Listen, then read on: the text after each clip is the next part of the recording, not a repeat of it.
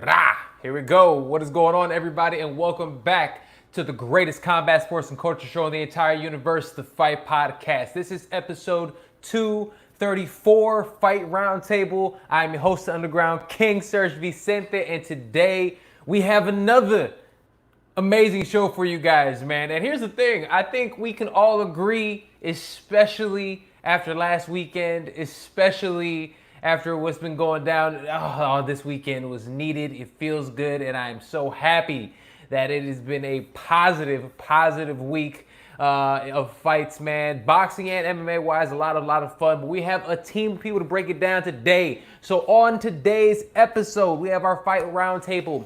We are joined once again by the guru himself, the man, the myth, the legend. We have B-Cam's on the show, man. B-Cam is joining us today. Also on the show, we have the host of No Catch Up Chicago. My friend Sean Little is coming on the show as well, man. If you guys have not heard his show, you need to.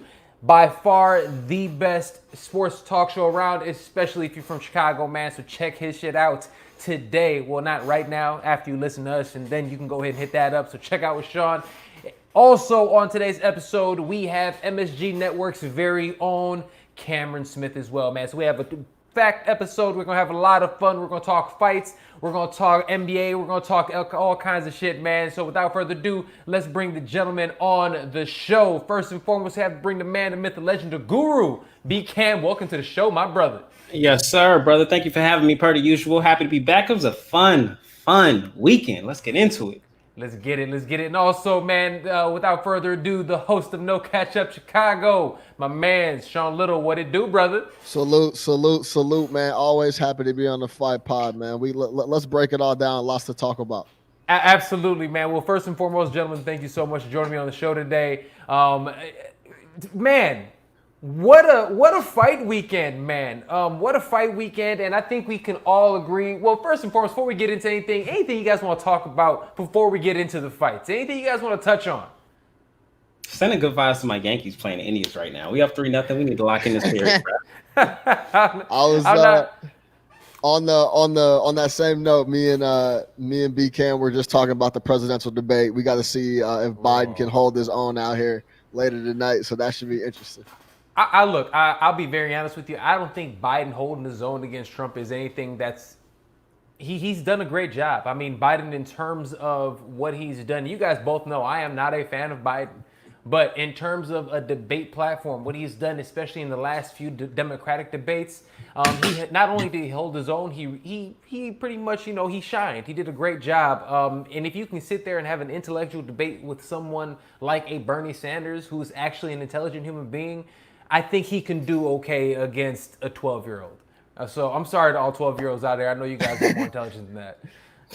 Hey, this is the Fight Podcast. What is that Mike Tyson quote where he says it's all good? You got a plan till you get punched in the mouth? Hit in the face. Man, that's facts. That's facts. That's big facts.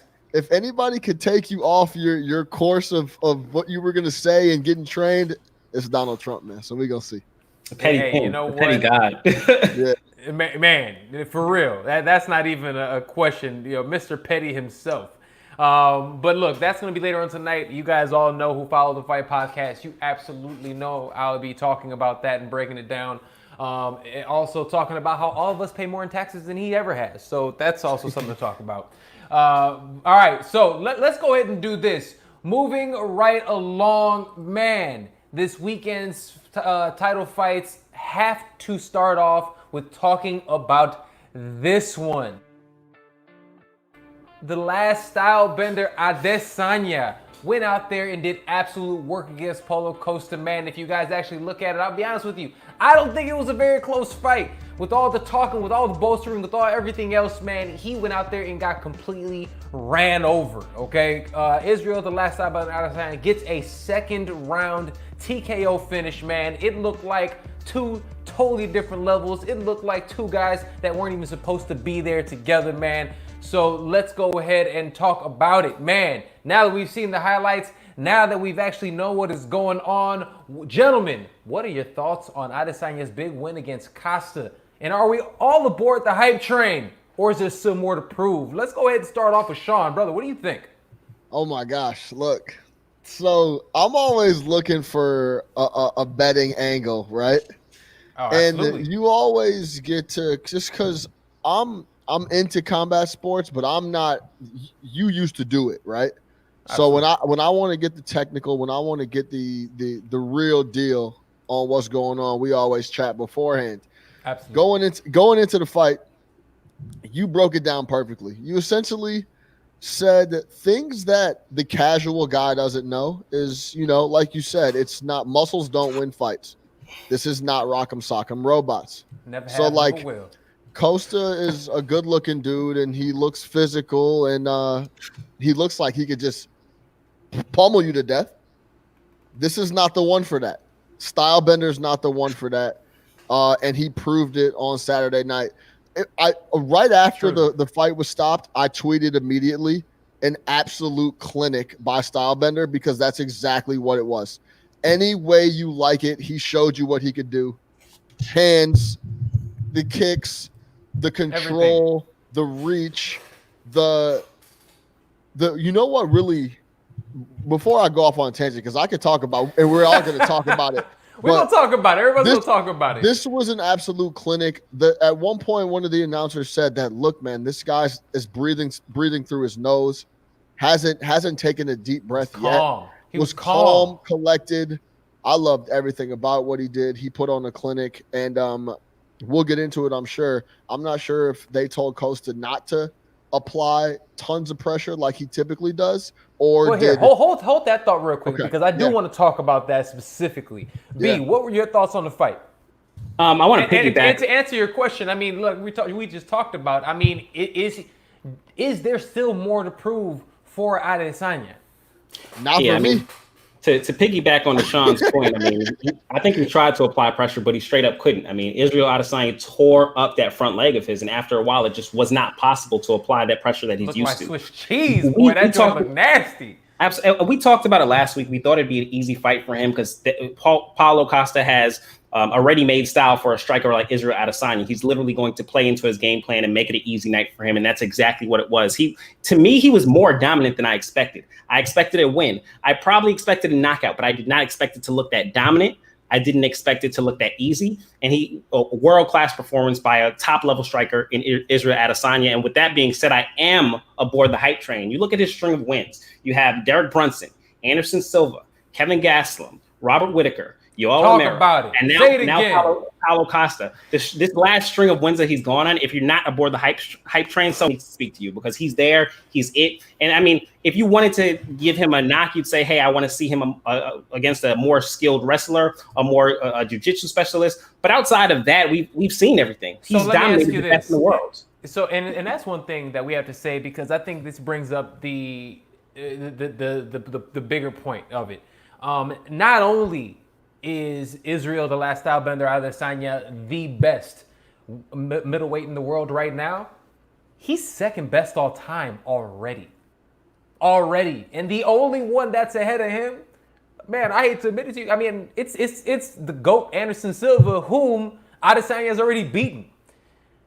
So, and that's only because of the sheer volume of time he's been there. Think about this. You just listed off the name of the guys that he's actually beaten. He's beaten 7 of the top 10 guys in the UFC's top 10 right now in his division. He's literally already almost cleaned out his weight class, and he's only been in the UFC for 2.5 years. And here's the thing, and we'll talk about really quick the co-main event, which is phenomenal. But I'll be very honest with you. Not only is Adesanya the best 185-pounder in the world, he's the best 205 2 right now. It's not even a question. So if he wanted it, he can go up there right now and take that belt if he truly wanted it. I'm just letting you know. Yeah, and I'll hop in there on that because and really quick, gentlemen, I want this to be open flowing conversations. You feel like you want to jump in, do your shit. All right, let's go. Yeah, of course. Let's have a good time with it. And I'll hop in on what you said and B-Cam. The list of guys you named, Brandon, was, and these weren't tough fights for him. He was in there doing his thing, just like almost like he was playing around, testing stuff out. The only tough fight he's really had is his fight against Kelvin Gastelum. And you know the crazy thing about that is, think about how much better he's gotten from that fight. Right. So it's nuts. So off the list that we just went through that he's beaten up fairly easily, and then they showed, the top contenders after the fight and his weight class, like you said, at 185. It's a graveyard, and there's no one in sight that's going to be able to contend with him. So I don't know if he wants to hang out at 185 and do his thing there just because. Going up to 205 seems like that's the next play. And according to Serg, ain't nobody up there for him either. As of right now, there's not. Go ahead. Yeah, and that was my next question for Serg. Where does a guy like Israel Adesanya go from here with something that will actually garner interest? Something where we think Israel Adesanya could potentially lose. Are there any fights?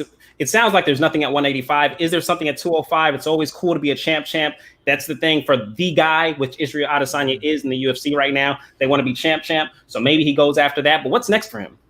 I'll be very honest with you guys. The more I think about it, the more I look at the landscape. Adesanya is one of those guys that he's doing this for legacy. He's legacy hunting. He's not chasing belts. He's literally said, that belt means absolutely nothing to me. I'm looking for legacy. So he wants to go out there and defend. He wants to beat Anderson Silva's record of consecutive title defenses. And remember, he fights often. In a year with a pandemic, this man has gone out here and he's already fought 2 times and is probably going to fight one more time before the year is over with. In a year of a pandemic, and that's talking about the biggest name in the sport. Think about it. McGregor fought in January. We haven't seen him since. You know what I mean? Are we going to get into that, though? We will definitely get into that. We will absolutely get into that. But look, even still, Masvidal fought once. John Jones fought once. This dude's going to end up fighting 3 times when it's all said and done at the end of this year, man. Is there anybody for him? Squeeze another one in this year? Yeah, they'll probably I don't think so. They'll probably have him, and they'll try to get him at the one of those end of the year shows. If they can get him one of those December shows, they absolutely will. If they can, do I think they will? Is it probable? I know they're going to try to. I don't know if they're going to actually get it, but I know they'll try to. I think it's a bit of a reach, but it's possible. Yeah, it all depends on what happens with Jared Cannonier and Robert Whittaker. If Jared Cannonier walks through Robert Whittaker and gets out of that fight with nothing wrong with him, and that fight's in about a month, they'll definitely do it before the end of the year. We'll see. I mean, it's the end of September, almost October. That it would be a quick turnaround. Not to say he can't do it, but I mean, I say Q1 2021. He fought 5 times last year. I'm not saying it's impossible for him, but usually the top stars are not going to fight 5 times in a year. They do in the UFC. Go back and look historically. Look at the best guys in the UFC. They fight often. Okay. When John Jones was at his best, he was fighting 3 and 4 times a year. Max Holloway fights 3 and 4 times a year. The champions fight. Amanda Nunes fights 3 and 4 times a year. The best in the UFC fight. It's not like boxing. They don't play like that. And 3 and 4 times a year is realistic. 5 times at this point in his career, probably not. But I could see him being 3-4 times a year. I just don't. And you're also talking to a guy that just had his 100th career combat sports win. He doesn't mind fighting often. I'm not saying from his standpoint, from the MMA, from the UFC standpoint, I don't think they're going to put him out there again end of the year. They could. We'll see. I just don't see it. If the fight was beginning of September, maybe, but the end of September, I think it just makes it a little bit more unrealistic. Okay. Especially if I hear training camp. I hear what you're saying. I disagree, but I hear you. All right, so what is one thing I think about? I didn't have a big issue with it. I thought, look, man, motherfucker, you reap what the fuck you sow. But people had an issue with it. What were your guys' thoughts on Adesanya's big win against Costa? Do you think I'm sorry, wrong question. Bang. Post-fight antics. What do y'all think about his post-fight antics, and were they out of bounds? And also after this fight, and again, 2-parter, pound for pound, where does he rank? So, B, what do you think about this?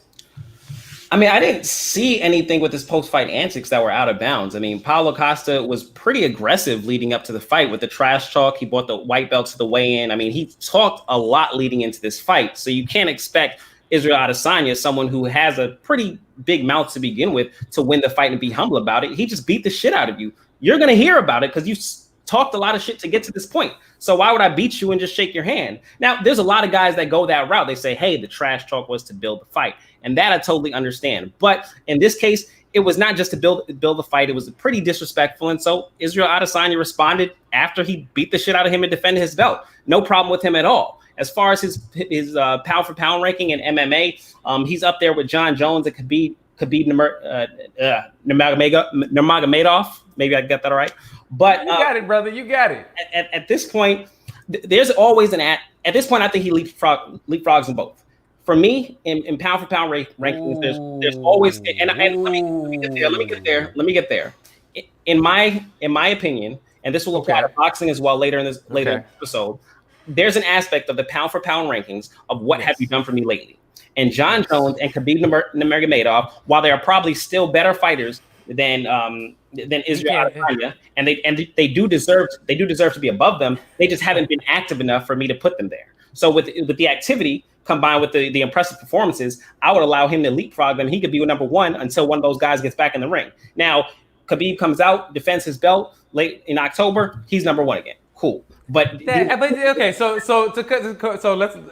I hear you, but you cannot leapfrog guys who are the only reason both of these guys have fought within the calendar year. If it was farther than a calendar year and they hadn't competed, then okay, maybe. That's fair. If it's been within a calendar year, I'm not moving those two guys out the way. He is a solid number 3 behind Khabib and John Jones. And that because I do think he leapfrogged Stipe.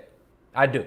Now, do we get to take a look at John Jones' ranking? His last couple fights have been very iffy. You've had guys but you have to go. I mean, with him, it is one of those things, kind of like we do with Canelo. It's historically. You look at what he's done through in his totality, and he hasn't slowed down. Look, I can't take him away from number 2 pound for pound. But look, pound for pound I agree with Brandon. It's what have you done for me lately? And when you say the best pound for pound fighter walking the earth right now, it's definitely not a guy that just eked by in his last fight with Reyes. And then I didn't say he's number 1. I didn't say he's number 1. But I mean, you have him in front of Israel, right? So, as of right now, yes. So at least for me, the pound for pound thing is who's the best pound for pound guy right now? Meaning, who's the baddest motherfucker walking right now today? And coming off of that, Khabib is obviously a whole different animal, and he fights next month, or I guess in a couple weeks. So we'll definitely see that there. 3 weeks, I believe he fights. Yeah, we're about to see him fight.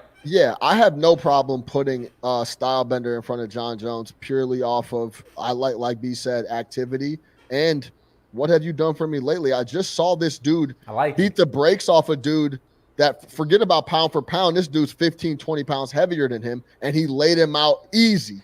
So yo, real quick, and let me say this because I feel like we haven't got into this.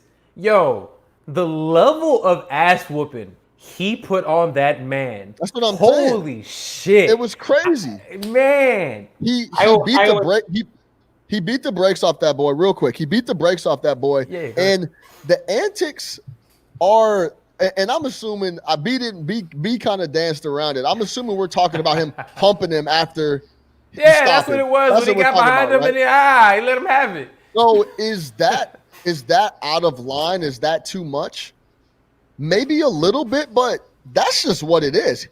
If you come in the ring talking all that shit and come in there and get laid out like that, I mean, is it out of line a little bit? Yeah, but did he back up everything he said, and then did he fuck you up? Everything. He did. Everything. So it's a little over the line, but I mean, it is what it is, bro. You got to take the L and keep it moving.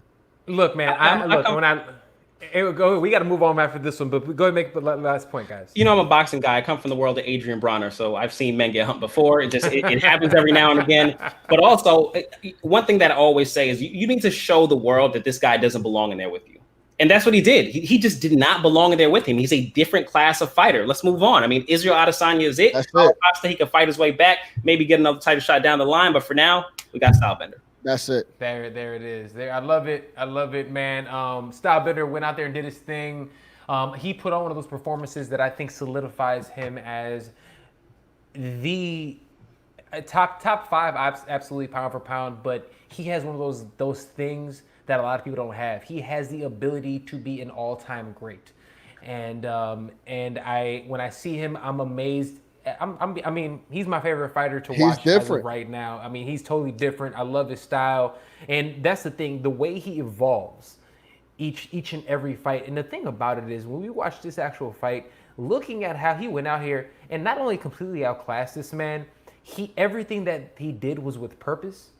He absolutely walked this man into everything that he threw. He played him like a fiddle. It was just like, it looked like this dude was out here playing video games. Like, check this out, watch me do this. And there was absolutely nothing Costa can do. I loved it. He dominated the range.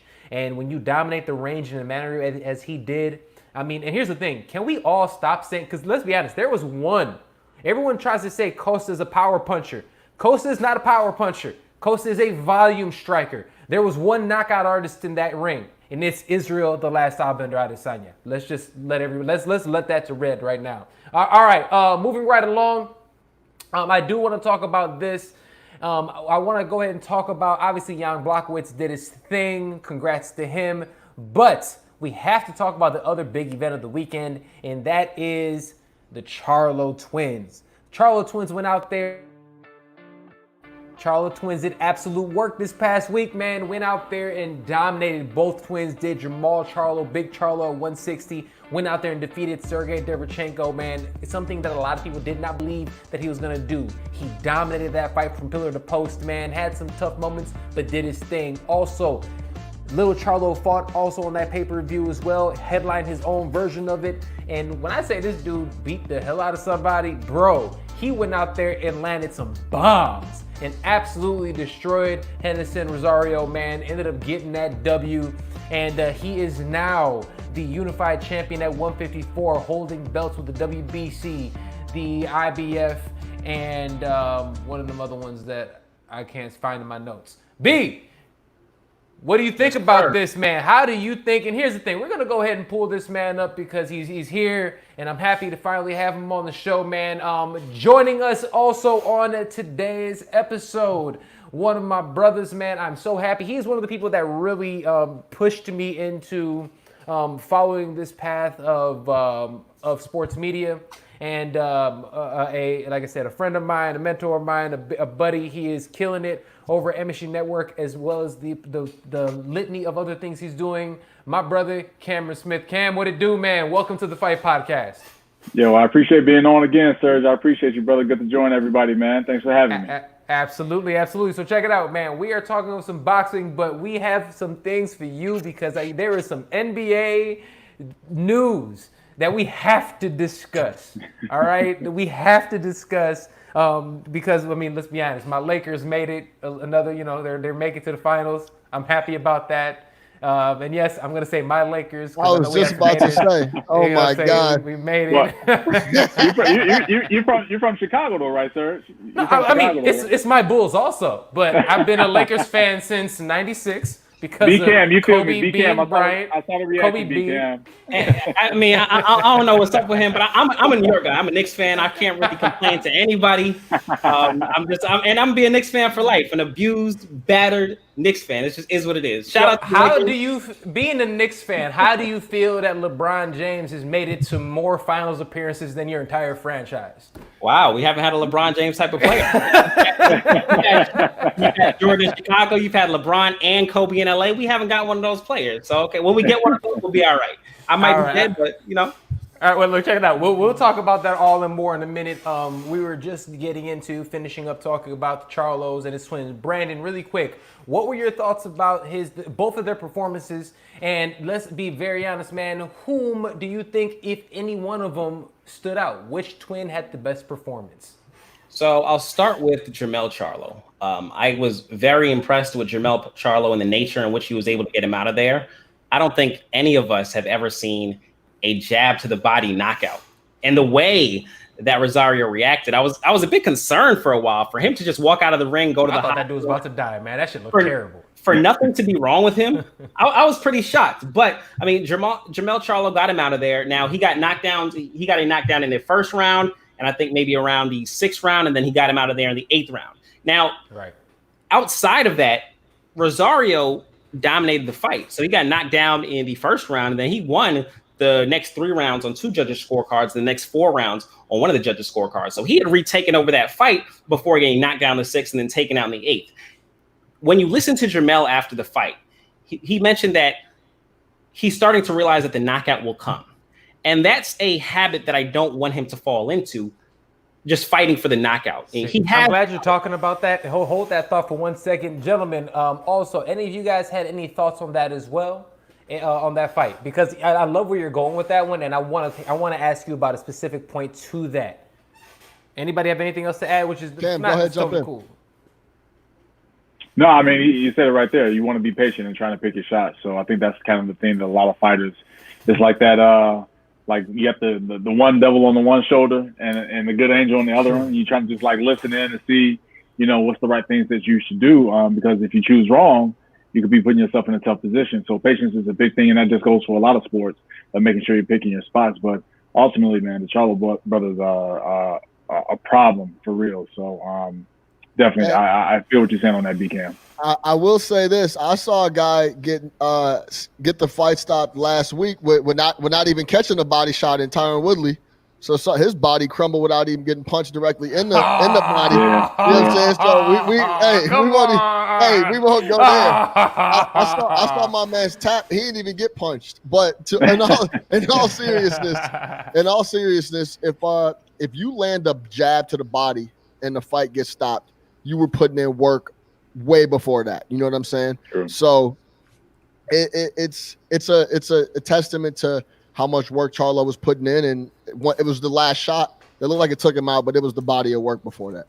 Well, speaking of body shots too, man, you think about Bernard Hopkins and how many fights has he won with body shots, right? I'm thinking about Felix Trinidad when he caught him. Man, and why you gotta bring Trinidad up a Puerto Rican brother like that? Sorry, man, but I vividly remember Trinidad just on the canvas, just gasping for air. And if you've never been hit in the body like that, or the guys that wind knocked out of you, that's an experience that you don't want, right? Because you feel like you can't breathe. It's something that you just kind of you have to wait until that pain passes. And when you're in a boxing match like that, and you get hit by an assassin, someone that pinpoints and hits those ribs or those lungs, whatever it is, then you're in trouble. So those body shots can cripple the toughest man. Man, telling you, man, it was nuts, and it definitely was one of those. Brandon, I want to ask you a question.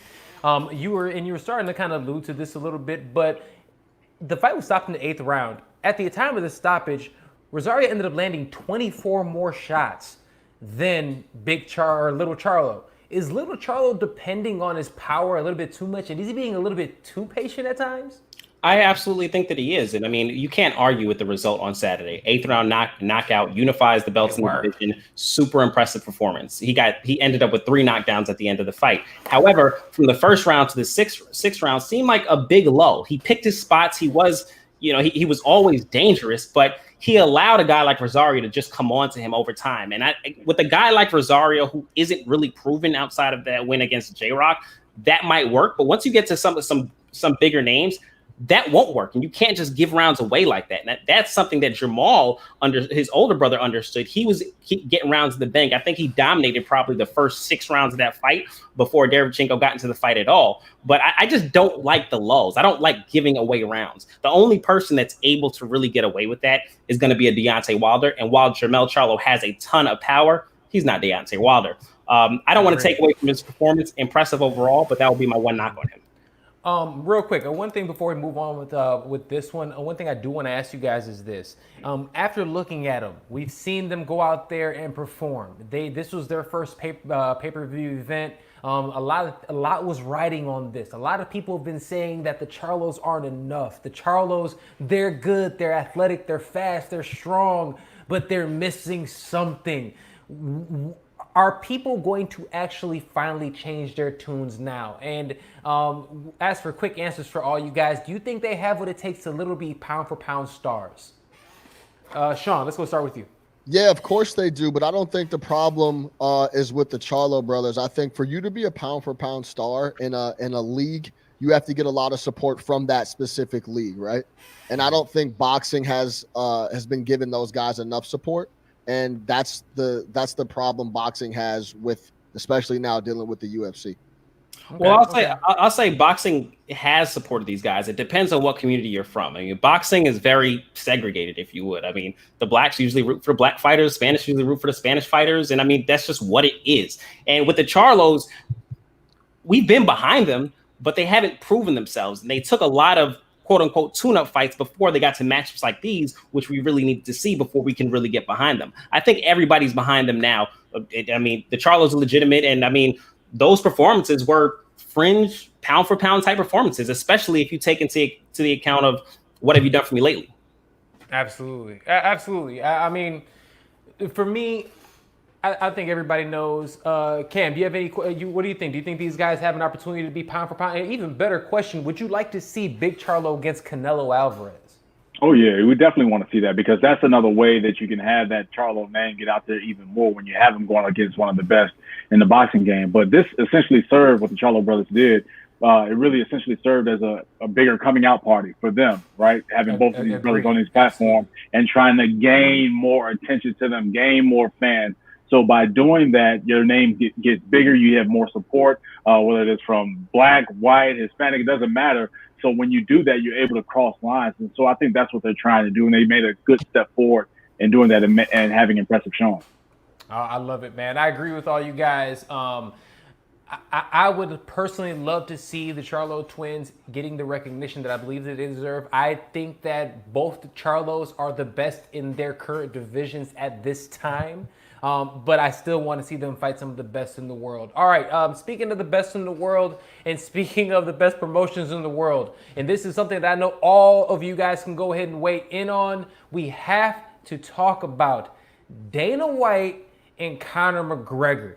I don't know if you guys have been watching this or paying attention to this, but yo, things are going a little crazy. People out here, you know, pillow talking and doing all kinds of nonsense.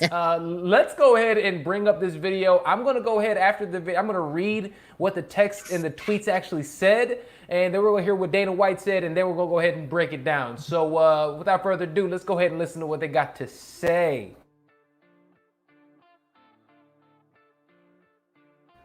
So we're going to get them talking about it, because this dude was out here, and I can't lie, I'm usually not one to talk about, you know, gossiping like this, but let me bring up this video. As we can all see, my man's is out here for sure. A couple trying quick to ones fight outside Diego tonight. Conor Sanchez. McGregor made waves over the last 24 hours or so, talking about this. Well, first of all, sharing direct messages from you. Did that upset you that he kind of shared private conversations? Listen, I've had people blowing me up left and right. I mean, everybody here knows. I mean, even the ladies, this is some man code stuff. You know, it's just something you don't do. It's one of the dirtiest things you can do, which, by the way, you know, because we're just talking about Diego Sanchez, you know, and Diego Sanchez is in there in a private conversation that I was having with Conor. When you're the number 2 or 3 ranked guy in the world and you're telling me that you want to fight, but you want to fight unranked 39-year-old Diego Sanchez in a main event in Los Angeles. You know. Yeah, fair enough. How valid is this Pacquiao thing, though? Can you comment on that? I mean, is this a real thing that could happen? I have no idea. No idea? Yeah. Listen, you guys have been asking me about Conor McGregor forever. Did you see Conor McGregor's tweet? Which one? Well, I think the retirement tweet? Oh, yes. I'm retired. Yeah. Birthday cake. I'm retired. All right, gentlemen. After listening to that, after hearing that, and real quick, let me give everybody some context. Unfortunately, I didn't. The other ones didn't pull up for me on time. But essentially, what was happening is that in February, Conor McGregor was trying to get a fight with Diego Sanchez. Diego Sanchez is 39 years old. Diego Sanchez, as we saw this weekend, is completely washed. And he was trying to fight him. So Dana White said, look, man, why would we fight him? No, this isn't happening. Conor McGregor got pissed off because he seems like he wants to get out here. And that's what Dana says. So, gentlemen, I'm going to start, Cam, with you. What do you believe? Whose side are we on? Whose side should we be taking on this one? I mean, Yeah. Not B Cam, Camron Smith. My bad, brother. All good. No, man, I got to side with Dana White on this, man. And when you have these private conversations, you think it's something that is not going to be exposed to the public. That's why you have DMs. That's why you have these private conversations. But in this day and age, man, really nothing's private. So you kind of watch your guard and watch these conversations that you're having.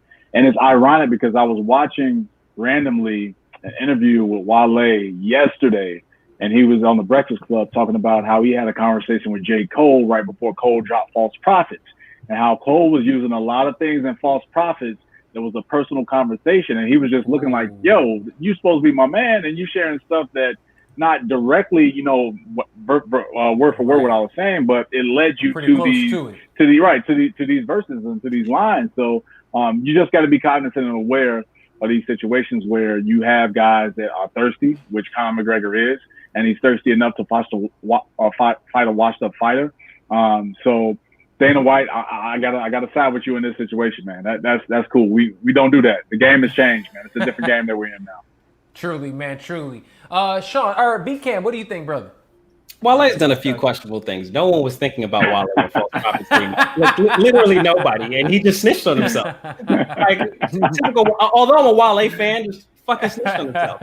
Now, in this scenario, I'm going to have to, and just like when I say I'm on someone's side, like I'm slightly leaning that direction. Don't mean I'm actually on anybody's side here. I will lean in the direction of Dana White. What business Conor McGregor has fighting Diego Sanchez, I don't know. Obviously, Conor McGregor is Dana White's fighter. He's going to want to maximize that promotion and make the most money out of it. From a business standpoint, that makes sense. I mean, while Dana White has a history of being somewhat of an asshole to his fighters, I think Conor McGregor has a little bit more clout here. Somewhat. Because he's the moneymaker. But at the end of the day, I've never, ever been with that screenshot shit. I think that shit is weak. And that it does violate man code. I think it's just some weak ass shit. Like to screenshot messages and leak them. I have never, ever been cool with that shit. It's something about it that's always rubbed me the wrong way. Guy, girl, whatever. Yeah. I'm with you. Yeah, Sean, please. Yeah, no, that shit is wild corny. But I'll say this, right? We all know that big time fighters fight washed up fighters all the time before they get. It's a setup fight so they could get in the ring before they get the big match. But he just did that. He did that against Cowboy Cerrone. Yeah, that's true. That is true. But hey, maybe he wanted a little more time, bro. This is Conor we talking about, right? Whatever. But I will say this about the comments. The first time you address it is not with screenshots. You come out. I don't give a fuck what you do. Call a press conference, hop on IG Live, do whatever, and you come out and say, look, don't listen to Dana White. This is face-to-face talking with your fans on Twitter, wherever you want to do it. Yeah. Hey, I was talking to Dana White. I was trying to set up fights. I didn't like how it was going. I even threw out Gaethje. Like I was trying to fight him. We couldn't find a common ground on it. The COVID thing happened, and now we are where we are. I didn't want to wait. I figured going into retirement would be the better option for me. And then if some other shit jumps out and Dana comes out and starts capping at press conference and starts lying on you, you say, look, bro, I got the messages. Like we ain't got to do this. Then you could maybe start thinking about. So give him a little bit of prior. Like, if he was given a little bit of prior warning and it was a little bit more, but for Conor to just go out there and I got the receipts, okay. Bro. Don't test me with all this bullshit. You up here telling the fans that you couldn't schedule me a fight. Like I was ready to fight. I told you I was ready to fight. But yeah, for you to be sitting in Dublin or wherever the fuck and put out text messages straight off the rip is corny. From Conor McGregor's perspective, I think he needed screenshots for someone like myself to even pay attention, because Conor McGregor's Twitter timeline is like an old school media takeout. He just literally saying what the fuck ever, like from this with Dana White to I'm fighting Manny Pacquiao in the Middle East, like, and none of that stuff is official yet. Maybe some of it comes through, like literally maybe 20% of what the fuck he's talking about comes true. McGregor just be bored. He wilding on Twitter. It's like a couple of steps lower than Kanye. Yeah. Absolutely, man. No, I feel you. So I look at it. I thought, for my take on it, I thought it was wild corny. I think that when we actually see a superstar doing that, it's just a bad look. But speaking of a bad look, I want to get your guy. Don't put shit in writing. You better send voice notes. Seriously. You know what I'm saying? Let me ask you guys this. he also in his Twitter rant said that he is fighting Manny Pacquiao. And again, that is the casual of casual fights, the crossover of crossovers. Manny Pacquiao's team has come out and said, no, this is happening. We're just waiting. We're trying to essentially figure out the numbers. Conor McGregor and Manny Pacquiao have the exact same management team. So obviously, I think this fight is actually something that is going to happen. Do you think this is a bad idea for Conor McGregor? Whoever, take the floor. I don't care. I'm just gonna get a thumbs up. Like, more power to you, bro. You want to fight Manny Pacquiao? Okay, cool. Like, I mean, that doesn't move the needle for anybody. Like, I mean, are you seriously gonna pay money to watch those cats fight? Like, People. I mean, you know, really, like that's the ultimate. Let me ask you guys this. But here's the thing: do you think that there is going to be a level of interest for it? There are people, because think about it. You have DAZN already, and I don't know if some of you guys heard this, but they were trying to say that Canelo Alvarez's actual opponents in his weight class that are the world-class fighters aren't, you know, people that we should be paying attention for. They wanted these these type of fights, these sideshow event fights. They want, you know, Conor versus Khabib, and, you know, versus Mayweather versus Pacquiao. They want this shit. So when we see these things and we hear them, is this just kind of the wave, or do we need to cut this shit out from the jump? I think McGregor, obviously, he's looking to cash another check. I don't think he has any. I don't think he thinks he's going to win. I mean, but he just wants to cash another check, and people will pay for it, even if it does. Yo, he 30%. Knocked the fuck out by Manny Pacquiao. But even if the fight does 30% of what Mayweather versus McGregor did, that's still a solid check for both of them. I didn't think Pacquiao was at the place in his career where he was taking these type of fights yet. He still is fighting at the top level as far as we know. Last time he was in the ring, he fought Keith Thurman, but it's been over a year since that. We don't know where his skills are, and we were hoping to see some other legitimate fights before he decided to go this route with his career. But if he goes this route with his career, I don't see him coming back and going to the top level again. For McGregor, it's just a check. Yeah, I think he's him. done. No. And honestly, here's the thing. I think this is an exit strategy for both men. I think, because here's the thing. If that takes Conor McGregor away for a little bit longer, the division, he's already not a top 4 guy in his weight class. So we think about that. I mean, what's going to happen within another year? We're getting guys getting better and better and better. This might be just the last cash grab. Hey, I'm going to do this, get one big show and get out. Because at the end of the day, they're not going to have him fight Diego Sanchez on the undercard of some shit. It's not going to happen, and then there's going to be nobody who actually wants to watch it. All right, in terms of fighting, anything fight-wise we want to go ahead and touch on before I move on to the next thing? I'll say this. There's going to be some people that pay for Pac Man McGregor. Period. That's just what it is. Period. Point blank. I don't know if it's a check grab for McGregor, because I think when I think of a check, I think of a guy that might be hurting for some bread and he's just out there collecting it. Mm-hmm. I think it might be a personal thing. Like, he even tweeted earlier this week that, you know, it's an honor to fight Pacquiao and Mayweather and da-da-da-da. It might be just something he wants to do, man. And he's the guy that does what he wants. Okay. No, I love it. If he does it, I mean, do I have interest, like, oh, this is something I want to see? No, but I'm going to be honest with you. I think Manny Pacquiao, if they do end up fighting, he's not nice like Mayweather is. He's going to go out there and try to knock his face off. And as we saw, he dropped, like Brandon said, Keith Thurman earlier this year. I mean, he's still at the top of his game, even though he's in his 40s. It's going to look bad if they do compete. All right, moving right along. One thing I do want to talk about, since I have my Chicago brethrens in the building, my basketball aficionados in the building, I need to ask about 2 things. I'm going to stick with Chi-Town first. What are you guys' thoughts on Billy Donovan being signed by the Chicago Bulls? I want to start off with Cam. Bro, what are your thoughts on this? Is this the right pickup for the Bulls? Keep in mind the previous 2 head coaches that the Bulls had. Jim Boylan, remember that era? Forget, man. Right.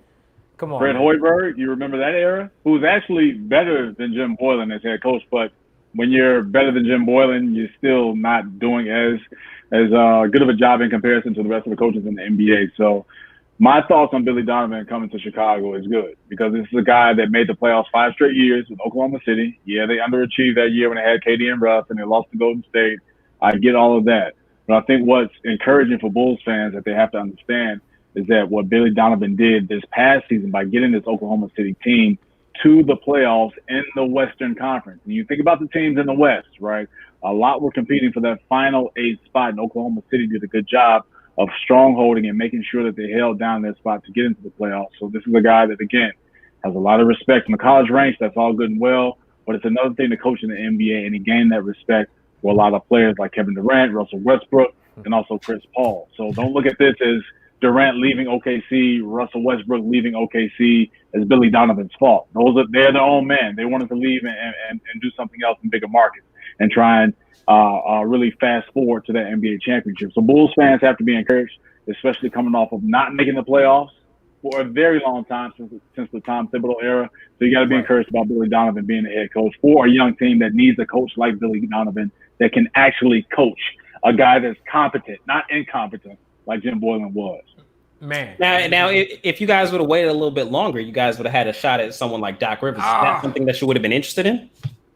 Of course. Come on, man. Being in Chicago, he's a Chicago guy. I think that, I mean, me personally would have loved to have him here. I think Doc is a great coach. I mean, 20 years of experience. Yes, he shit the bed, going 3-1 3 different times. I mean, but at the end of the day, I think he's a phenomenal coach. I think he brings a great amount of talent there. I mean, yes, if Doc Rivers was there, but Billy Donovan, what he did with OKC this year, for me, it was encouraging. So I'm kind of like, I guess, I'll say this about Doc and Billy. I think Billy is excited about this job. I don't think Doc would have been excited to come to Chicago. I agree. So I think that's a very, very, very big difference. Billy Donovan brings accountability. He brings respect. The first thing you need as a coach in anything, I don't care if it's high school, your players have to respect you. The players thought Jim Boylan, like the rest of the city, was a clown. They'll respect Jim Boylan. They'll believe in Billy Donovan. They'll believe in what he's saying. Connor Sobis believes in him. That's the new president. So I'm very, very, very encouraged. To piggyback off Cam, I agree with everything you said. His pedigree is the college ranks. He's gonna teach our young guys. He's gonna groom them how Connor Sobis wants. And if you hear the guys, the vets talk, Westbrook, Joe Kim, all those guys that the superstars, even CP3. Yeah, that he's been with. They like him. So I really, really enjoy the hire. And even if it's like a bridge hire, even if he's here for 4 or 5 years and then they go another direction, I think it's a great hire for the city, and it brings excitement to a team that was dead. I've never not cared about the Bulls more than I did when Jim Boylan was the coach. No shit. That's real. That's real. Question. Now that with him as coach and us having the number 4 pick in the draft, how do you guys feel that's going to actually turn out? Is that a good thing? Do we have a chance to get anybody that's worthy? I mean, it's a tough spot drafting the number 4. Cam, I saw the face you made, brother. Oh, it's not. I mean, with this draft and everybody kind of each year you have this where it's a good draft or it's a bad draft. I mean, after the first 3, maybe 4 players, depending on who gets picked in those top spots, I think that Anthony Edwards will go to Minnesota, James Wiseman will go to Golden State, and then LaMelo Ball will go to, I believe, Charlotte has the 3rd pick. I haven't looked at the lottery makeup in a while, and the Bulls have the 4th spot. So I think they grab Obi Toppin, the Bulls will, just to kind of plug them into that spot, because if you look at their roster makeup from a scoring standpoint, especially at the guard spot, we know that the NBA is a guard-dominated league. They already have a young Kobe White who had a phenomenal rookie season. I believe he made second team all-rookie, can score the basketball. I would like to see him set up more guys and make plays for others. But then you have your scorers in Zach LaVine at the guard spot, right? You have Otto Porter, who got thrown a boatload of money to come to Chicago in that trade. You have Lauri Markkanen, again, that's finding his basketball sense about him since Jim Boylan has left. So you have, again, 3 guys automatically that have status in the league in terms of their experience, wanting to get more shots, more points. So drafting a guard with what's presented for this team really doesn't make sense for the Bulls. And if you want to draft a big, yeah, you can draft James Wiseman, but now does that mean Wendell Carter Jr. goes to the bench? How will he fit in with Markkanen? So you have that that kind of pecking order already set for this team. That's why I think Obi Toppin is a good pick, because he's a guy that'll bring you energy off the bench. He's not a guy that you will throw the ball to and say, hey, go get a bucket. If you saw that in Dayton, that's cool, not knocking his skills. But when you get to a league, it's a different story. And this is a guy that's only 6'8". And we know the guys that are 6'8" in the league are mostly kind of like shooting guards, small forward. And he's not really that sound defensively.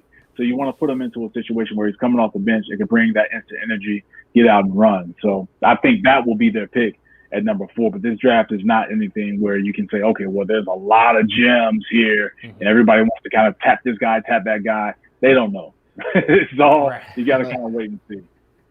Yeah, Sean, what do you think, man? Yeah, I agree with that. And it's funny, like with Billy Donovan getting hired, and I've been so locked in on the core and what we already have. I hadn't honestly, till you just asked that question, I hadn't thought about the first pick at all, at the 4th pick at all, especially with the top 3 guys. It's a top heavy draft. We could put it like that. But there's one thing about the draft, man. You never know what happens in that sweet range of right outside the lottery. So I mean, we have the 4th pick. It's better than the 7th. We'll have different options. And hey, I'm a big proponent of pick the best player on the board. Don't fit him into anything, especially with the way the NBA is. You could run out all types of different lineups where everybody's 6'8". So it's True. Just don't pick a center because we feel like we need to have a more presence on the board. Go get a better player, and then because you never know what's going to happen with things moving around in the new front office and Otto Porter making $30 million with his contract expiring. So get the best guy available and the guy that you think will fit like the culture, right. Because that's what's being renewed in Chicago. Man, Sean, you said culture. Like that's something that we haven't heard in Chicago in a long ass time. Haven't had it. Right? Forever. Since the Jordan year. Well, not even Jordan years, I'm sorry, but the Derrick Rose, Tom Thibodeau era. Yeah. Right? That was the last time that we had some kind of culture where you're seeing what this new front office is doing with bringing in Arturas Kanisovas and Eversley and opening up the pocketbooks to get Billy Donovan. So they have this new fresh thinking, this new fresh energy that this franchise desperately needed. So we'll see what they do with that 4th pick. That's the biggest thing, man. It's the culture around the organization needs to be positive because it hasn't been that. Well, look, man, speaking of culture and guys who are part of that Thibodeau era, let's talk about Jimmy Butler and the Heat are actually about to play against the Lakers in the finals. The Lakers have made it. I think we all expected them to end up playing Denver, or not Denver. We thought, instead of Denver, it was going to end up being the Clippers. Ended up being Denver. They ended up giving them a 5-piece and kept it moving also. Gentlemen, excitement level for this championship. How do you think it's going to go? Brandon, man, what's up? What are your thoughts on this? I mean, I see the Lakers in 5, but I think it's very interesting.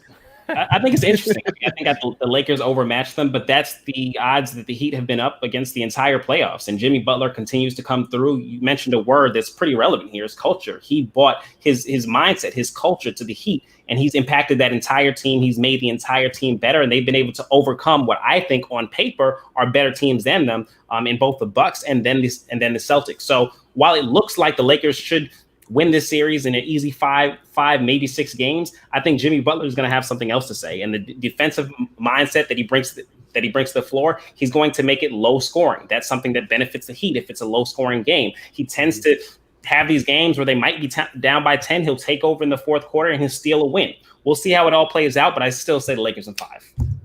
All right. Sean, what's up, man? What are your thoughts?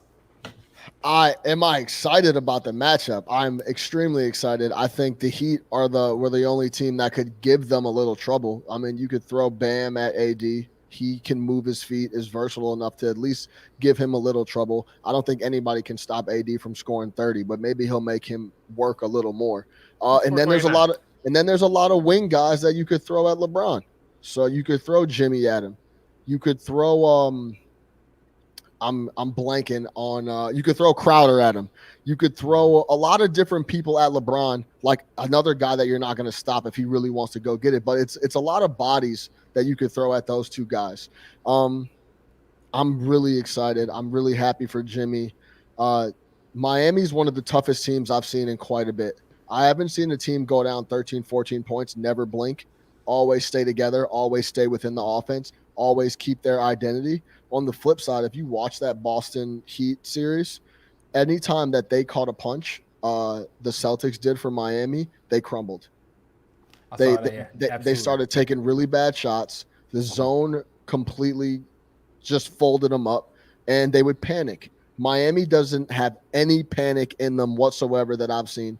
They have a lot of guys that can go get you a bucket and go get you a bucket by themselves. Jimmy Butler will go get you a bucket by himself. Goran Dragic will go get you a bucket by himself. Tyler Hero apparently is a bucket. Can I don't care what Paul Pierce says. He's a bucket. Can go give anybody a bucket when he needs to by himself, apparently. So they have a lot of guys that can score.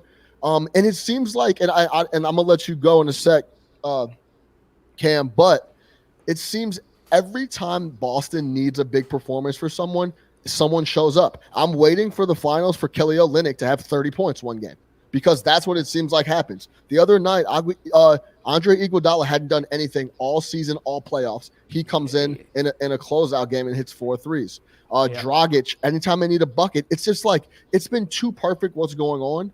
They're like a team of destiny. It's crazy. Yeah, those dudes are out there balling right now, and they really do seem like they've bought into the city. They're the definition of a Pat Riley team. You know what I'm saying? Yeah. Like they have his DNA all over it. I love what I'm seeing. Cam, what you think, bro? Lakers in 7. Oh, Lakers in 7. I like it.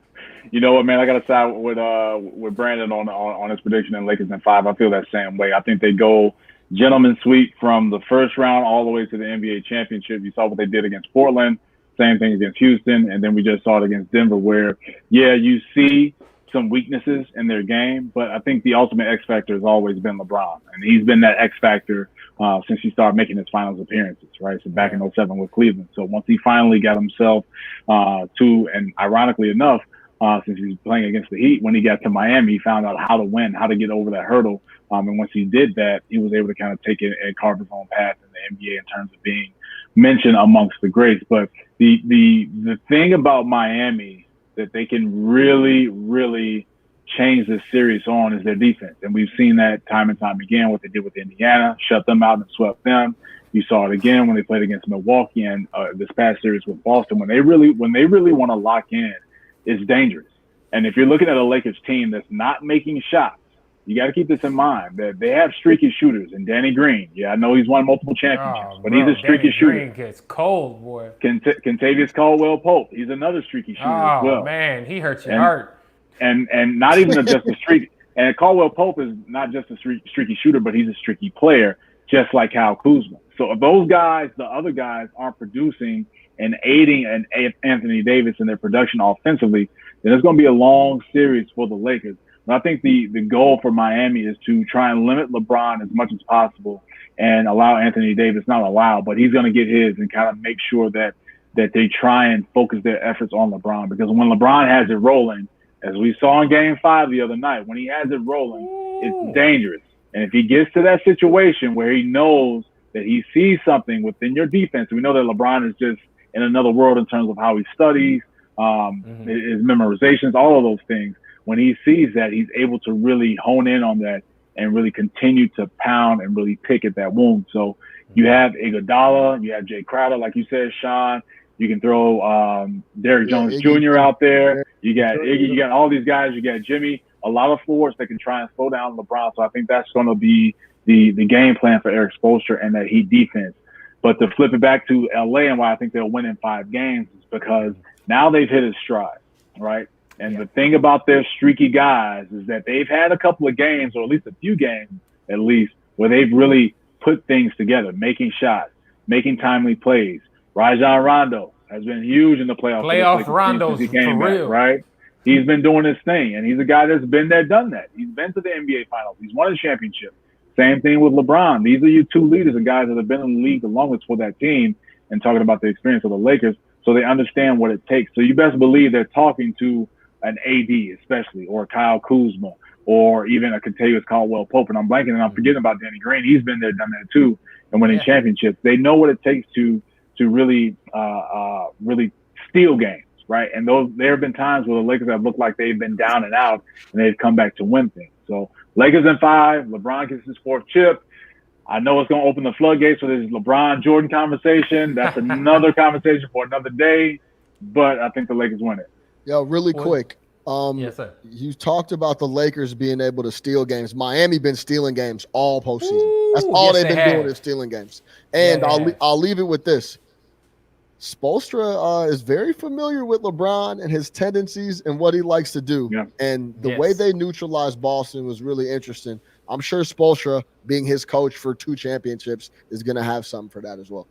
And that's another matchup you got to pay attention to, Sean. You got to look at the head coaching matchup with Frank Vogel and Eric Spoelstra, right? Definitely. And Spoelstra is really getting his name out there even more. Like, no, he's one of the best basketball minds that this game has ever seen, right? Not just for today's NBA, but this game has ever seen by the way he strategizes and gets guys to maximize their talents. Like, nobody thought that Tyler Hero was going to be doing this by this time in the NBA playoffs, right? Now, I will say this. I did have him picked as my dark horse for Rookie of the Year, but, I mean, that's just beside the point. I think one thing I want to highlight about Eric Spoelstra and the Heat is that I thought, and I think a lot of people thought, the days of the one superstar teams were done. Like, ever since the Boston Celtics had that big 3, we haven't seen any really good teams that only had one superstar. And the Heat are proving that it still can be done with one superstar. They went out and got themselves not a huge superstar, but more of a mid-level superstar, and they made it all the way to the NBA Finals. So for someone with a rebuilding team like the Knicks, it does give me some hope. Man, I'll say this: they remind me of the old Detroit Pistons teams, the ones that beat the Lakers in the early 2000s. Those with Chauncey Billups and all those really strong defensive teams. Not the biggest names on there, but they play extremely well together, man. I think they're a dangerous team. And with all that being said, I got Lakers in 5. Even that team at 4. Maybe it's just wishful thinking because I want to see more basketball. But I think five is tough, man. I try to give him a chance and stuff, but man, more I think about it, it's all about matchups, and matchup wise, it's just not good matchups for them. I think they are matched up well. That's the thing. I think they are matched up pretty well. I love it, and like I say, if it goes past 5, we will all come back and have a discussion. If Miami absolutely wins, we will have to come back and have a discussion. And so much, man. But with that being said, bro, that is about all the time we have today's episode of the greatest combat sports coach show in the entire universe. Gentlemen, thank you so much for joining me on today's episode. Before we get out of here, final closing thoughts for the day. It could be on anything. It could be culture. It could be anything we want to talk about. The floor is yours. Start off with the guru. B-Cam, what it do? Yes, sir. One thing I didn't get a chance to get into today is Derek James. So I want to give a huge shout out to him, the only trainer in boxing that has 2 unified champions. Salute to that man. Going up, let's go ahead and Sean. Sean, what's up, bro? Hey, man, shout out Nick Foles, man. Bears 3-0. That's it. Keep it short and simple, man. We got a quarterback now. Apparently. Apparently. We gonna see. Apparently. We'll see. All right. Cam, brother, thank you again for joining me, bro. With closing thoughts. Yo, it's ironic that Sean brought up Nick Foles and the Bears because I wanted to shout out the real Chicago Twitter for jumping on Twitter and telling Barstool Chicago to not drop those BDN shirts that they're going to try and sell. Like, if you're from Chicago, the real Chicago, then you know what BDN stands for. So shout out to everybody, including myself, that jumped on there and was like, nah, don't do that. We saved lives. We saved lives the other day. Legitimately, for real. Yeah, that was. It didn't have a bear symbol on it or nothing. It just said BDN on it. Just BDN, bro. Yeah, that could have got real ugly. Man, I saw that on Twitter. It would have been quick, real quick. So it is what it is. The folks buying that shirt not on that part of town anyway. They'd have been all right. That would have been easy. Don't make that wrong turn off of Lakeshore Drive. Don't make that wrong turn. Man, seriously. Man, bro, in a bad way. Gentlemen, thank you so much for joining me on today's episode. And real quick, before we get you out of here, also, where can they find you and want you guys to plug what you guys are currently working on as well? Cam, what you got, bro? Oh, my Other bad. B Cam. My bad. Nah, you good, B. Camron Smith, you see, that's my social media handle for all social media platforms. And right now I'm working on a couple of podcasts, so I'll keep everybody in tune with that I'm developing on my own. So one is going to be with my grandfather, who is a Korean War veteran, has won a Purple Heart, an avid baseball guy, loves the Cubs, loves the Cardinals. So he has a lot of stories that I think that the people need to hear, and he's a talker. So that's coming out, and I got my own sports podcast dropping hopefully in the next week or two. So I'll keep everybody in tune with that. Well, when you do, man, please let us know, man. We'll definitely help pub that for you as well. Love what you're doing, bro. Thank you so much for joining us on the show. What's it called? Sean, little brother, what it do? No Catch Up, the podcast at No Catch Up Shy. You see it on the ticker. Yeah, man. Sports talk via Chicago. We keep it 100 across the board. No cornballs allowed is the motto. Check us out: iTunes, Spotify, YouTube. Man, we everywhere with it. There it is. You see the logo? We see it. Love it. I love it, man. No catch up, damn it. B-Cam, brother, what it do? Yes, sir. BCam13 on Instagram and BCam Thinks with 1M on Twitter. There it is, man. Well, thank you guys so much for joining me on today's episode. This has been episode 234 of the greatest combat sports and culture show in the entire universe, man. Thank you so much to my guests, my boys. Gentlemen, thank you guys so much. Remember, check us out everywhere podcasting is available. We're also on, obviously, we're on YouTube, Facebook, LinkedIn, Twitch, everywhere, man. So show us some love there. The Fight Podcast. Show me some love at Serg Vicente. And we'll see you guys next time right here on the Fight.